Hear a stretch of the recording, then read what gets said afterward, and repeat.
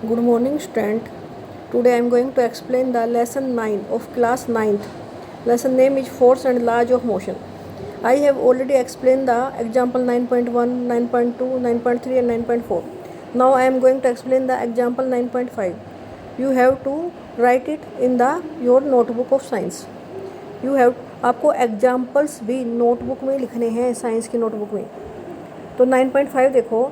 The velocity time graph of A ball of mass 20 gram moving along a straight line on a long table is given. आपका velocity time graph दिखा रखा है. एक ball है जो move कर रही है, उसका वेलोसिटी देखो 5, 10, 15 मीटर पर सेकंड में है, और इधर टाइम 1, 2, 3, 4, 5 ये सेकंड्स में है. तो वेलोसिटी टाइम ग्राफ क्या दिखा रहा है, उसकी स्टार्टिंग में जब टाइम 0 था तो उसकी वेलोसिटी क्या थी, बॉल की 20, और फिर डाउन होती जा रही है, टाइम के साथ साथ घट रही है, ऊपर से नीचे की तरफ आ रही है, और जब टाइम 10 हुआ तो उसकी 0 वेलोसिटी हो गई. How much force does the table exert on the ball. तो वो जो टेबल है उस पर कितना फोर्स लगा रही है उसे रेस्ट में लाने के लिए. The initial velocity of ball is 20 centimetre. अब ये दे दिया इन्होंने सेंटीमीटर में, तो आपको पहले इसे मीटर पर सेकंड में कन्वर्ट करना पड़ेगा. और टाइम कितना है, ड्यूरेशन ऑफ टाइम, उसको 20 से 0 होने में टाइम लगा 10 सेकंड. 10 सेकंड में वो 0 हो गई. इनिशियल वेलोसिटी क्या थी, 20 सेंटीमीटर पर सेकंड, और फाइनल वेलोसिटी लास्ट में वो रेस्ट पे आ गई, लास्ट में 0 हो गई. तो आपको इसके ग्राफ से एक स्ट्रेट लाइन ग्राफ आया, लेकिन यहाँ रिटार्डेशन हो रही है. तो एक्सेलरेशन कैसे निकाल सकते हैं, A equal to V minus U by T. तो हम इसकी अगर हमें एफ़ निकालना है, एफ़ के लिए हमें F equal to m a होता है. हमारे पास मास है 20 ग्राम की बॉल है, और हमें एक्सेलरेशन निकालना पड़ेगा. तो ए के लिए हमें क्या करना पड़ेगा, V minus U by T. Acceleration का 8th चैप्टर में अपने फॉर्मूला पढ़ा था, A equal to V final velocity minus initial velocity upon में टाइम. अब आपकी फाइनल वेलोसिटी कितनी है, 0, माइनस इनिशियल वेलोसिटी कितनी है, 20, अपॉन में 10. तो आपका जो डिवाइड करोगे आपका आ गया -2 सेंटीमीटर पर सेकेंड स्क्वायर. अब इस सेंटीमीटर को मीटर में कन्वर्ट करना पड़ेगा, तो डिवाइड बाय 100 करना पड़ेगा, क्योंकि 1 मीटर में 100 सेंटीमीटर होते हैं. जब हम इसे डिवाइड बाय 100 करेंगे तो आएगा 0.02 मीटर पर सेकंड स्क्वायर.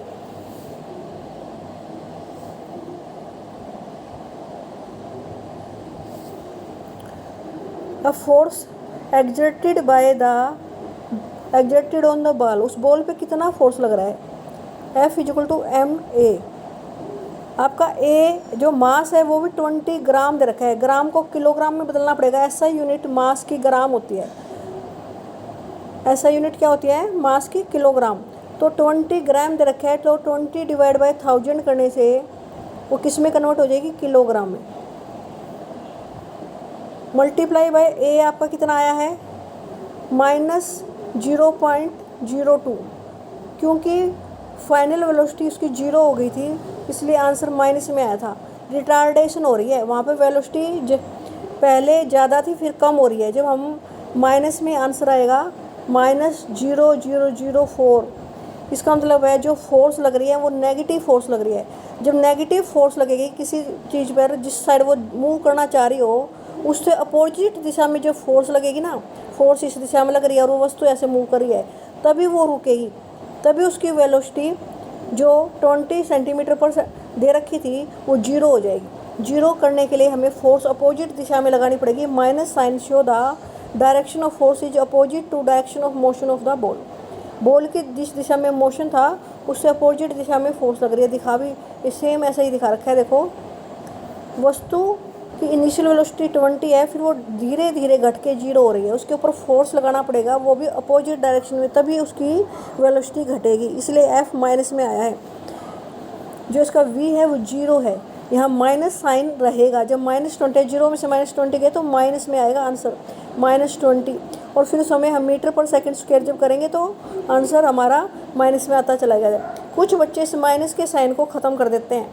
अगर तुमने माइनस का साइन फिनिश कर दिया, ख़त्म कर दिया, तो लास्ट में आंसर गलत आ जाएगा. कुछ बच्चे माइनस के साइन को बिल्कुल वैल्यू नहीं देते. अगर माइनस साइन दिखाई दे रहा है तो वो आपने लगाना है, तभी आंसर ठीक माना जाएगा. माइनस के साइन को ऊपर से नीचे लाते लाते ख़त्म नहीं करना. The third law of motion. अब हमने फर्स्ट लॉ और सेकंड लॉ के क्वेश्चन भी कर लिए, उनकी स्टेटमेंट के बारे में पता कर लिया। अब थर्ड लॉ ऑफ मोशन क्या है? न्यूटन ने हमें 3 लॉ दिए थे, उसमें से तीसरा लॉ क्या है? The first 2 law of motion tell us how an applied force change the motion. अगर हम किसी चीज़ पे फोर्स लगाते हैं तो we can change the its motion. It means we can make it from stop position और rest position to in the motion. We can change the direction by applied force. We can change the shape. हम किसी वस्तु की size change कर सकते हैं, उसकी दिशा change कर सकते हैं, उसे रेस्ट से मोशन में ला सकते हैं और मोशन से रेस्ट में ला सकते हैं। लेकिन जो थर्ड लॉ ऑफ मोशन बताता है कि when we exert force on an object then equal and opposite force also exerted on the second object by the first। तो जो पहली ऑब्जेक्ट पर हम फोर्स लगा रहे हैं उतना ही फोर्स और उतनी ही इक्वल अमाउंट में फोर्स लगता है सेकंड ऑब्जेक्ट पे। वो पहला वाला बॉक्स या पहला वाला ऑब्जेक्ट दूसरी वस्तु पे भी फोर्स लगाएगा इक्वल एंड अपोजिट डायरेक्शन में। These two force are always equal in magnitude. वो मैग्नीट्यूड इक्वल होगा बट अपोजिट इन डायरेक्शन, लेकिन उनकी डायरेक्शन अपोजिट होगी। This force act on different object. अब एक वस्तु ने दूसरी वस्तु पे फोर्स लगाया, दूसरी वस्तु पहली वस्तु पे फोर्स लगा रही है इक्वली अपोजिट डायरेक्शन में, लेकिन है तो वे 2 वस्तु ना, तो डिफरेंट ऑब्जेक्ट पे फोर्स लगेगा equal and opposite. In the game of football, जब आप कभी कभी खेलते हो फुटबॉल तो आप देखते हो कि कई बार फुटबॉल पे आपका ध्यान नहीं होता और किक लगाते टाइम अचानक आप दूसरे प्लेयर को ही किक लगा देते हैं। जब प्लेयर को किक लगा रहे हैं तो साथ में आप भी हर्ट फील करते हो, आपको भी दर्द होता है। इसका रीज़न है कि आपने जितने फोर्स से उस दूसरे प्लेयर को लगाया, हिट किक किया, उतना ही फोर्स आप पे भी लगेगा इक्वल एंड अपोजिट डायरेक्शन में। तो for every action there is equal and opposite reaction. तो एक्शन के कारण आपके ऊपर रिएक्शन होता है। अब एक इसमें एक्टिविटी है, let us consider 2 spring balance. तो स्प्रिंग बैलेंस कैसे होते हैं? ये होते हैं, ये जो स्प्रिंग बैलेंस है इसमें से एक स्प्रिंग बैलेंस का नाम ए रख दिया, एक का बी। जो बी वाला स्प्रिंग बैलेंस है इसे वाल के साथ बांध दिया, टाई कर दिया। इसके जो फ्री एंड है उसको ऐसे बांध दिया। अब दूसरे वाला स्प्रिंग बैलेंस हम आपस में इनको यहाँ से हमने इसको टाई करके उलझा कर इनको स्प्रिंग बैलेंस को खींच रहे हैं। इधर हम फोर्स लगा रहे हैं।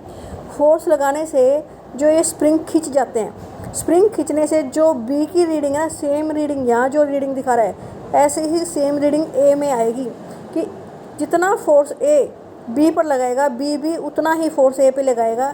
ये इक्वल इन मैग्नीट्यूड, उनकी वैल्यू सेम रहेगी बट अपोजिट डायरेक्शन में।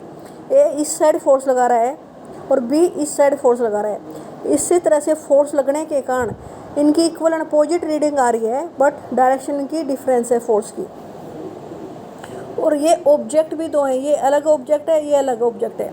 तो डिफरेंट ऑब्जेक्ट पे फोर्स लगेगा बट इक्वल एंड अपोजिट। और ये जो थर्ड लॉ ऑफ मोशन है बहुत जगह काम आता है, डिफरेंट सिचुएशन में काम आता है। इवन जब हम चलते हैं तो भी हमें third law of motion help करता है। कैसे हेल्प करता है? Suppose you are standing at rest, आप खड़े हो और अचानक आप चलना चाहते हो, आप रेस्ट से स्टार्ट करना चाहते हो आपको, तो क्या करोगे आप? You required a force. तो रेस्ट से स्टार्ट में आने के लिए आपको फोर्स की ज़रूरत पड़ेगी। वो फोर्स आपको कहाँ से मिलेगा? तो आप क्या करोगे? रोड पे फोर्स लगाओगे। You have to you push the road, आपको रोड पे फोर्स लगाओगे। बिलो बैकवर्ड, पैरों से बैक की तरफ, पीछे की तरफ रोड को धकेलोगे।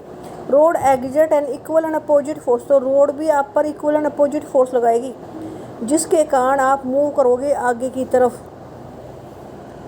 और ये ध्यान रखना ज़रूरी है कि action for every action there as reaction, लेकिन वो इक्वल होता है, उसका मैग्नीट्यूड इक्वल होता है लेकिन वो अपोजिट डायरेक्शन में लगता है।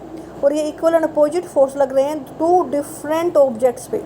जैसे आपने रोड पे फोर्स लगाई तो रोड ने आप पे फोर्स लगाई, ऑब्जेक्ट दोनों अलग अलग हैं, एक आप हो गए दूसरी रोड हो गई और उनका मास भी अलग अलग है।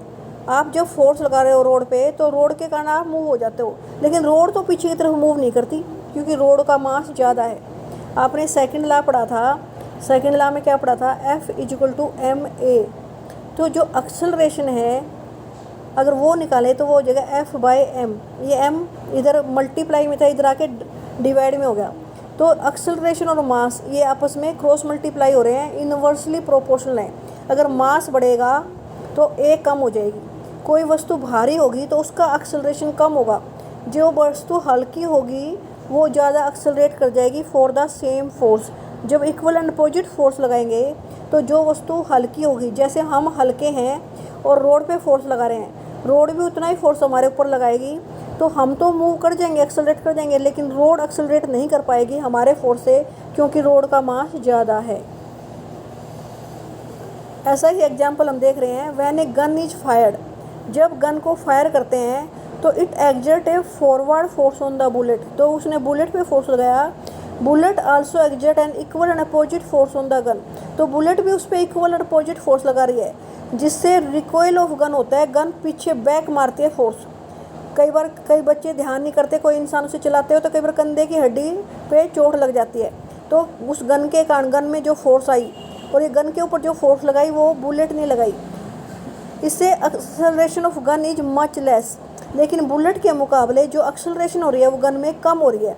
रीज़न क्या है? जो गन है वो भारी है, उसका मास ज़्यादा है, तो सेम फोर्स पे एक्सेलरेट जो गन ने किया वो कम किया, लेकिन बुलेट के अंदर ज़्यादा एक्सेलरेशन आया, इसलिए वो ज़्यादा दूर तक चली जाती है। थर्ड लॉ ऑफ मोशन का एक एग्जाम्पल और भी है, when a sailor jump out of rowing boat, इसकी एक पिक्चर दिखा रखी है, उससे आप समझ पाओगे। जैसे ये बोट है, बोट में से जब बाहर निकलना होता है तो नाविक क्या करता है, उस बोट पे फोर्स लगाता है पीछे की तरफ, ऐसे बोट भी इक्वल एंड अपोजिट फोर्स लगाएगी आगे की तरफ, और जिससे वो जंप करके बाहर निकल आएगा। लेकिन सेम फोर्स लगाने के बाद भी जो वेट है इस नाव का ज़्यादा है, इसलिए ये पीछे की तरफ कम मात्रा में जाएगी, जबकि ये नाविक है ये हल्का, इसका मास कम है, उसी फोर्स से वो ज़्यादा आगे मूव कर जाएगा। इस तरह से इक्वल एंड अपोजिट फोर्स लगता है, but they apply force on two different object. दोनों ऑब्जेक्ट अलग अलग होने के कारण एक्सेलरेशन उनमें अलग अलग होगी। जिसका मास कम होगा वो ज़्यादा एक्सेलरेट कर जाएगा, जिसका मास ज़्यादा होगा वो कम एक्सेलरेट करेगा, क्योंकि सेकंड लॉ क्या बोलता है, F=ma, और जो एक्सेलरेशन है वो क्या हो जाएगी, इन्वर्सली प्रोपोर्शनल टू मास। जिसका मास कम होगा ना वो ज़्यादा एक्सेलरेट करेगा सेम फोर्स के लिए। स्टूडेंट, आज हमने थर्ड लॉ ऑफ मोशन और एग्जाम्पल्स आपके कंप्लीट हो गए, वो एग्जाम्पल आप कर लेना और थर्ड लॉ ऑफ मोशन को रीड कर लेना। Okay student.